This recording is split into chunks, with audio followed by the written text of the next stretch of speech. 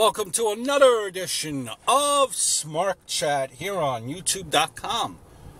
Thank you for watching, liking, subscribing to my channel. If you haven't done so, why don't you do so right now? Check out my other channel, and that is the Tom Brand 1. Go subscribe right now. Thank you. And I do want to do a video, some Monday Night Raw from May the 4th thoughts, and as well as some other news and notes, my opinions of WWE in the past week or so. As far as Raw goes, where do we start? In no particular order. Bret Hart introduced Sami Zayn. And as much as I like Bret Hart growing up as a kid, Bret, can you please show some enthusiasm when he was doing that promo? I really didn't know if he was trying to like heal it up on John Cena, like if Bret was supposed to be heel or John Cena was supposed to be heel. It kind of seemed odd if you listen to it. But then Bret and John Cena shook hands and all was well in the world. Sami Zayn came out. He's supposed to be doing a few TV events for WWE now on the main roster. Rumor is that he was injured. Who knows to see how long he'll be out, but he faced John Cena in the John Cena Invitational Open Challenge. You know, Sami Zayn has a lot of history, ROH, Canada's own.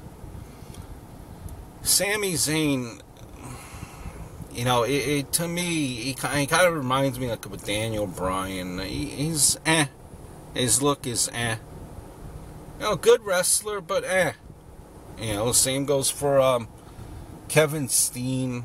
Good wrestler. He kind of reminds me of Bubba Dudley. But the guy, I think, out of all the guys that are down there, the guy that I think will be the most impact, most money. Not saying these guys that they can't, but I think the main guy to look for will be Balor. Finn Balor. Sorry. I think that guy has money written all over him. Another thing here of interest, you had Wade Barrett come out again. He's running with this King of the Ring thing now.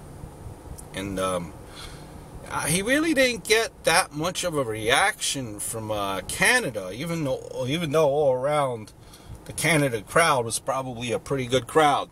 He didn't really get much of a reaction. When you look at someone like Wade Barrett, this guy it seems like he's been around for really longer than what he has. He's been around for 5 years, but it seems like he's been here for probably double that as far as Wade Barrett. Maybe that's because of like the injuries, all the stops and goes that they had. Wade Barrett, he kind of reminds me of Billy Gunn. If you remember the old days of Billy Gunn, you had Rockabilly, you had him and DX, you had the Smoking Guns. Billy Gunn had a whole slew of gimmicks. Mr. Assman. It's kind of what Wade Barrett reminds me of. I think the WWE sees potential in him. And they see that he's a good, wrestler. And they're just trying to get their money's worth with him and trying to get the most out of him. Will this be it? I mean, I was liking the bad news, but this seems to be another aspect that they're trying to, get Wade Barrett a little bit more over. I mean, he's good on the mic, but he just, it seems like he really hasn't tapped into that full potential. Maybe it is because he's been injured often. Remember when he started in Nexus in 2000, got a lot of mic time, able to cut a good promo, And then Nexus fell apart, and then it kind of just seemed that the momentum behind Wade Barrett just kind of falling apart. You know, maybe it is, again, because he got injured so many times.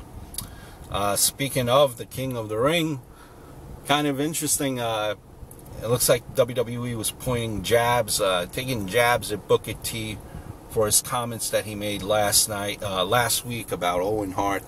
Now listen, those comments last week about Owen Hart, I think were taken out of context by a lot of fans on social media.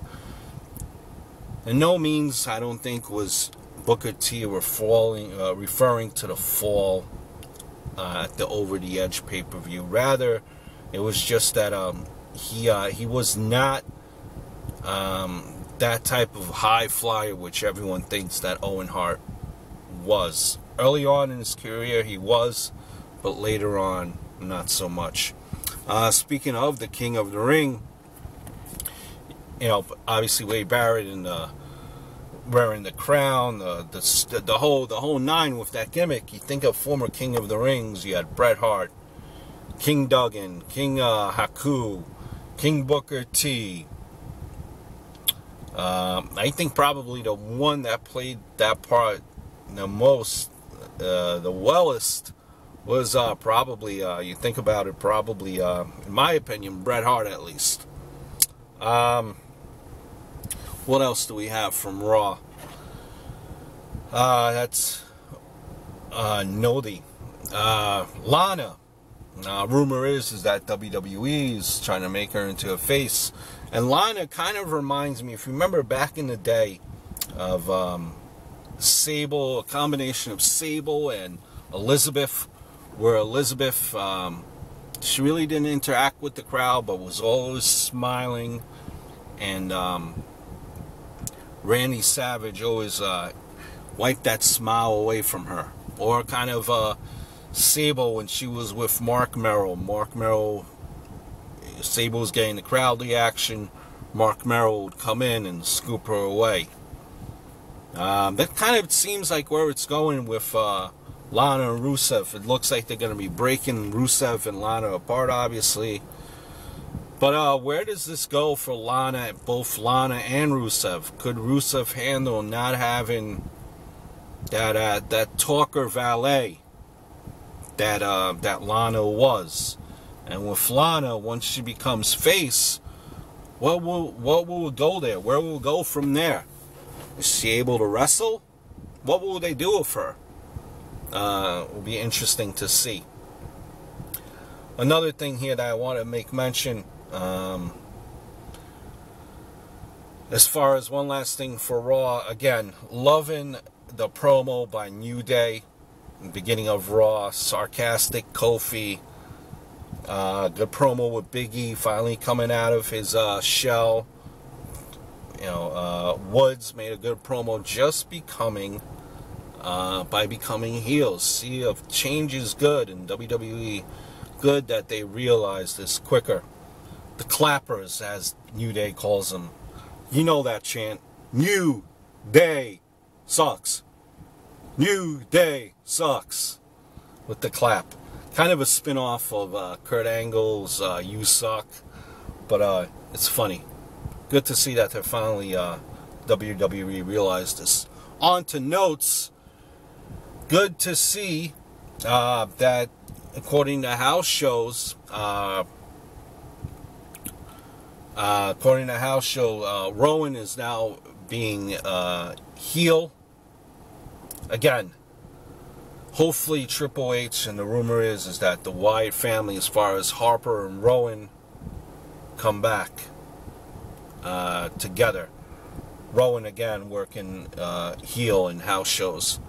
Speaking of house shows, Rusev lost cleanly to Ryback the whole week in house shows. Interesting note.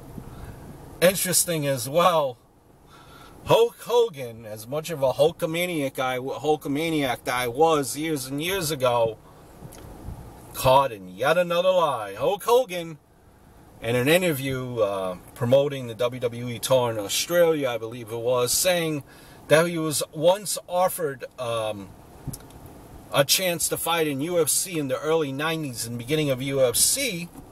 Keep in mind, Hogan said that he was once offered to play in the band that would soon come to be known as Metallica years ago. There's also saying that UFC offered him a spot in the early days, mid-90s, early 90s, and he denied and didn't want to go there.